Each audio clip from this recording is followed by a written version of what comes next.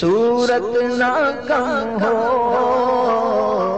دوزخ کی کہاں تاب ہے کمزور بدن میں، ہر عضو کا عطار لگا کفل مدینہ، اللہ ہمیں کر دے عطا کفل مدینہ، ہر ایک مسلمان لگا کفل مدینہ۔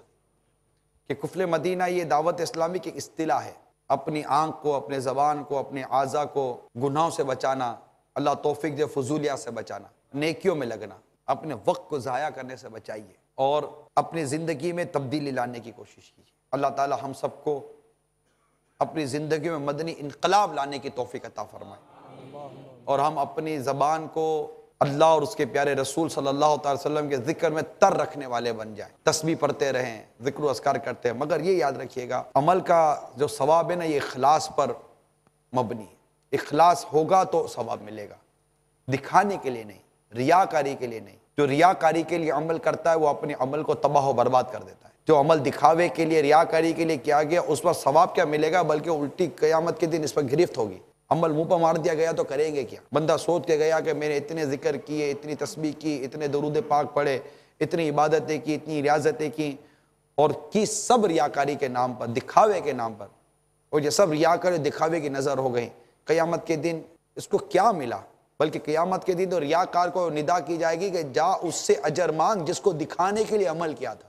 اب یہاں دکھاوا کتنا ہے کتنا نہیں ہے اس پر غور کیجئے۔ لوگ مجھے دیکھیں، لوگ مجھے جانیں، لوگ مجھے پہچانیں، میں نمایاں ہو جاؤں، میرے نمازی ہونے کا، میرے حاجی ہونے کا، میرے زکاتی ہونے کا، میرے سخی ہونے کا، میرے قاری ہونے کا، میرے بیان کی تعریفات خوب خوب ہوں۔ اس پہ بات چیزیں حب جاہ میں بھی آتی ہیں، ہر چیز ریاکاری کی ہی ضمن میں نہیں آتی، کئی چیزیں حب جاہ میں بھی آتی ہیں۔ لیکن ہمارے شیخ طریقت امیر اہل سنت نے نیکی کی دعوت نامی کتاب میں 80 ریاکاری کی مثالیں لکھی ہیں، 80 مثالیں، بندہ پڑھے سر پہ ہاتھ تک پہ بیٹھ جائے۔ اور واقعی اگر کوئی اس کا ضمیر زندہ اور وہ پڑھے تو میں سمجھتا ہوں کہ وہ کئی مثالوں پر تو توبہ کرنا شروع کر دے گا کہ یار یہ کیا ہو گیا مجھے، میں وہ گھٹیا فیل کرے گا خود کو کہ میں اتنا گرا ہوا ہوں، میں اللہ کی بارگاہ سے ملنے والے اجر کو چھوڑ کر لوگوں کے ملنے والی تعریف کے پیچھے بھاگ رہا ہوں۔ یہ اس کی فیلنگز بننی چاہیے کہ بندہ عمل اللہ کے لیے چھوڑ کر جب مخلوق کے لیے کرتا، مخلوق بھائی دے دے کے کیا دے دے گی؟ پیسے دے دے گی، عزت دے دے گی، واہ واہ کر دے گی، کیا کر دے گی بھائی؟ یہی کر دے گی، اور کیا کرے گی مخلوق؟ سر پر اٹھا کے بٹھا دے گی اور کیا کرے گی؟ کندھے پہ لے کے گھومے گی اور کیا کرے گی؟ اگر یہ سب کچھ ہو بھی گیا، اللہ ناراض ہو گیا تو یہ کس کام کا؟ اور اس کو چھوڑو، اللہ کی بارگاہ سے جو جنت مل رہی ہے بندہ اس کے پیچھے بھاگے گا، لوگوں کے پیچھے بھاگے؟ اللہ کی جو رضا ملتی ہے اس کے پیچھے جائے گا، وہ لوگوں کے پیچھے جائے؟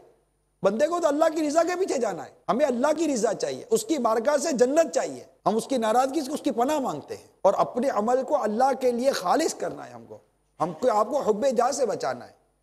کوشش کرنی ہے کہ میرا ہر عمل، بلکہ لازم طور پر میرا ہر عمل بس اللہ کے واسطے ہونا چاہیے، میرا ہر عمل بس تیرے واسطے ہو کر اخلاص ایسا عطا یا الہی۔ اخلاص یہ اللہ کے غیب کے خزانوں میں سے خزانہ ہے، جس سے چاہے عطا کر دے، جس سے چاہے عطا کر دے۔ بندہ بس ہر وقت ہر گھڑی اخلاص کی بھیک مانگے، مانگتا رہے، یا اللہ مجھے نماز میں اخلاص دے دے، یا اللہ مجھے قرات میں اخلاص دے دے، یا اللہ مجھے بیان میں اخلاص دے، اللہ تو مجھے نعت پڑھنے میں، بیان کرنے میں، بیان سننے میں، جو تیری بارگاہ میں نیک کام کرنے کے لیے حاضر ہوتا ہوں، اللہ مجھے اس میں اخلاص دے دے۔ میرا ہر عمل بس تیرے واسطے ہو، میرا ہر عمل بس تیرے واسطے ہو، کر اخلاص ایسا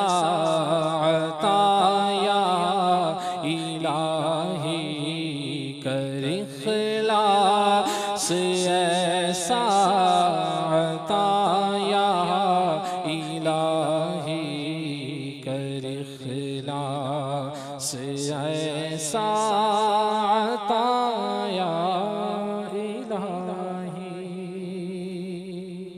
تو اپنے عمل کو ہمیں ریاکاری سے بچانا ہے اور اخلاص کے ساتھ اللہ تعالی ہمیں عبادت کی توفیق عطا فرمائے۔ ریاکاری کے بارے میں علم سیکھنا یہ فرض ہے، نہیں سیکھیں گے تو گناہ گار ہوں گے۔ یہ عمل کو بچانا ہے نا، اور اس میں جیسے کہہ رہا ہوں کہ وہ ڈیڑھ ہوشیاری نہیں چلے گی، ہم کو سب آتا ہے۔ یہ سب سے بڑی نقصان یہ ہے، جس کو جو بولے سب آتا ہے تو اس کو تو زیادہ ضرورت ہے نا سیکھنے کی، جس کو سب آتا ہے سیکھا نہیں ہے بولے پھر بھی سب آتا ہے، دنیا کو بتاتے پھرنا ہے میں نے اتنے 5 سورے پڑھے، میں نے اتنی صورتیں پڑھی، میں ابھی یہ کر رہا ہوں، میں ابھی وہ کر رہا ہوں، بس ابھی مصلی سے اٹھا ہی ہوں، بس ابھی درود شریف ایک تصویر پوری کی نا آپ کا فون آ گیا، یہ بولنے کی کیا ضرورت ہے؟ بس ابھی وہ سورہ ملک کی تلاوت سے فارغ ہوا نا آپ کا فون آ گیا، سورہ ملک سے فارغ ہوا اور آپ آ گئے، بس میں وہ سورہ یاسین پڑھتا ہوں، سورہ یاسین پڑھ کر میں آ جاتا ہوں۔ بھئی یہ سب بتانے کی کیا ضرورت ہے آپ کو؟ یہ بتائیے۔ وہ ایک میڈیا وہ میں 313 دفعہ روز پڑھتا ہوں، 100 تسبیح رہ گئی ہے، ذرا میں پڑھ لوں اس کے بعد انشاءاللہ اپنے بات کرتے ہیں۔ یہ بولنے کی کیا ضرورت ہے میں 313 تسبیح پڑھتا ہوں روز، اور ابھی 100 رہ بھی گئی ہے، اور میں ایسا مطلب کہ عاشق ہوں کہ اس کے بغیر میں آپ سے بات بھی نہیں کر سکتا ہوں۔ یہ سب جتانے کی کیا ضرورت ہے؟ اپنی عبادت کیوں بتا رہے ہو؟ میں یہ نہیں کہتا کہ ہر بتانے والا ریاکار ہے، مگر آپ سے صرف پوچھتا ہوں، میں اپنے سے بھی پوچھتے ہیں، ہم بیان کرنے والا خود سے بھی تو پوچھتا ہی ہے نا، تو اپنے بتاوے کیوں؟ میں یہ کر رہا ہوں، میں یہ کر رہا ہوں، میں نے یہ کر لیا، میں نے وہ کر لیا، میں نے روزہ رکھا، میں نے افطار کی، میں نے سحری کی، میں نے تلاوت کی، میں نے نماز پڑھی، میں نے تہجد پڑھی، میں نے یہ کام کیا، میں نے وہ کام کیا، سارے جو نیک کہلاتے کام سب کے سب بیان کرنے کی یہ ہماری عادت ہے، جبکہ ہمارے بزرگ کہتے ہیں کہ جس طرح گناہوں کو چھپاتے ہو اس طرح نیکیوں کو چھپاؤ۔ میرے آثار کا صدقہ الہی میرا جذبہ کسی صورت نہ کم ہو